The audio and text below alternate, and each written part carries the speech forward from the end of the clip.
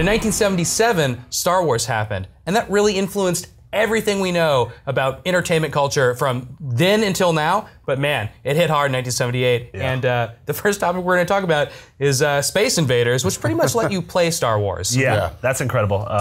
Yeah, that's one of those, man, that's probably the most influential game early on this list. Yeah. Like you were saying that this was everyone in 77 was obsessed with Star Wars, and then all of a sudden you can go to an arcade and live out this awesome space battle fantasy. Right. As we all know, there was one very early game about space, which is computer space, the very first, kind of a PC video game. But interestingly, or I shouldn't say PC, computer. Interestingly enough, Space Invaders was the first sci-fi game that was popular in any way. Before that, we had games based on sports, like Pong. We had games based on driving. But Space Invaders, allowed you to shoot aliens. And it wasn't even a space game to begin with. It was like a game about fish.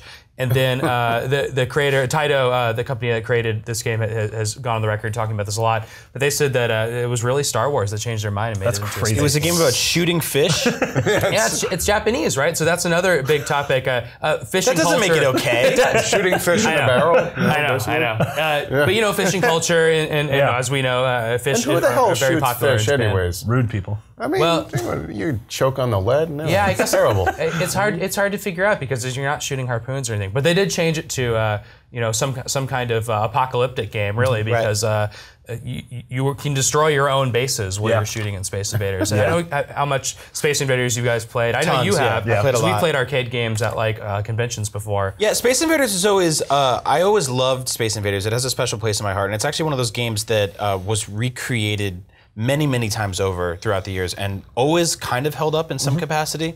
Like there was Space Invaders Infinity Gene on iOS, and there was Space Invaders Extreme. And DS, yeah. The DS one was really cool. And it's a very simple concept. It's just impending doom is coming down upon this Soul spaceship, and she has to destroy everything above it without destroying its own protective barrier. But the one problem I always had with Space Invaders is I never really understood what the aliens would do when they got to the bottom.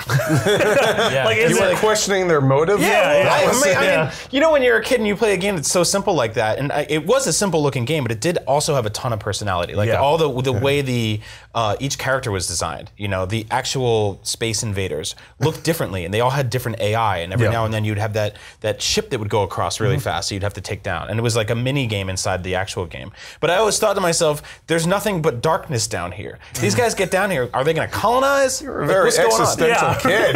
Nothing but what's cool? And when I drank a lot as a child. When we play Space Invaders now, you don't realize, like if you're playing it on your DS or something, you don't realize like when you went to the arcade or the boardwalk to play this game, it was actually in a giant art-filled cabinet, and it had a reflective screen, so you were actually looking into this like void, and it was a really brightly lit up planet. Under it, like a neon almost planet, and the Space Invaders were landing on they were projected. Cool. It wasn't all darkness and angst. So you were defending a lonely rock. I don't think I could reach that high. Yeah. And then of course the side art had like these kind of zombie-looking space aliens on them that are like in these big. They look like they're drawn with lasers. It's really cool. Which I never really understood because you don't actually really see those guys. They don't have bodies. Yeah. So I guess they're the ones inside the ships. Yeah, but the ships look like faces. Maybe. For Maybe me, that's a lot what of those arcade games though were when you're a little kid at that time. Those are the ones you got muscled out of by like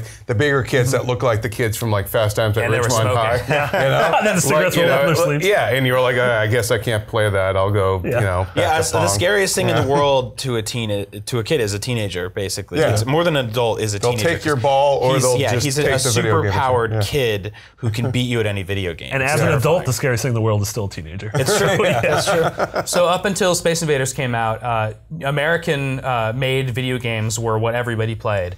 From Pong on forward. But Taito made Space Invaders, and not only was it a hit here, but it was a massive hit in Japan. It was just so popular. 300,000 arcade machines were made in Japan alone. 60,000 in the United States. Those numbers are just amazing, and it became the highest grossing entertainment product of its time. Like more than Star Wars. It grossed more money than Star Wars overall.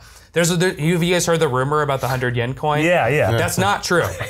But, So explain what that was, actually. Yeah, so in Japan, instead of a quarter, here it cost a quarter, by the way. Games have always cost a quarter until, they started costing 75 cents, like a Dragon's Lair area.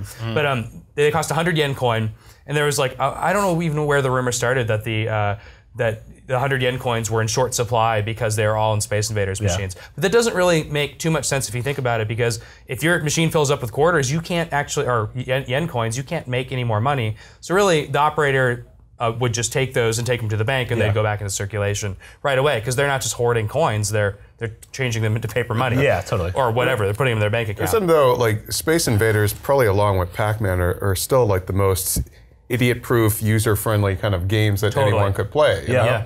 I mean, it's a simple objective. Just shoot the damn thing. And it's also just for a high score, which didn't exist before. Yeah. There were scores in Pong, like who would win, but there was no high score. But Space Invaders, it's almost that imagery and the soundscape is what people think of when they think of arcades. Like that has just become, that's an arcade game. Yeah, it's like it's as recognizable as Mario, almost, the pixelated Space Invader itself.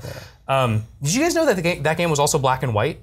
So it's actually a very primitive game. It's a simple, primitive game, except there's these little gels they put over the screen, so they change color as they based on the layer that they're in. I know that because when they put that game out on Game Boy, which it was one of the first games that worked through the Super Game Boy, and they actually recreated that old arcade border for it and did the same sort of cover overlays for it. Right. Yeah.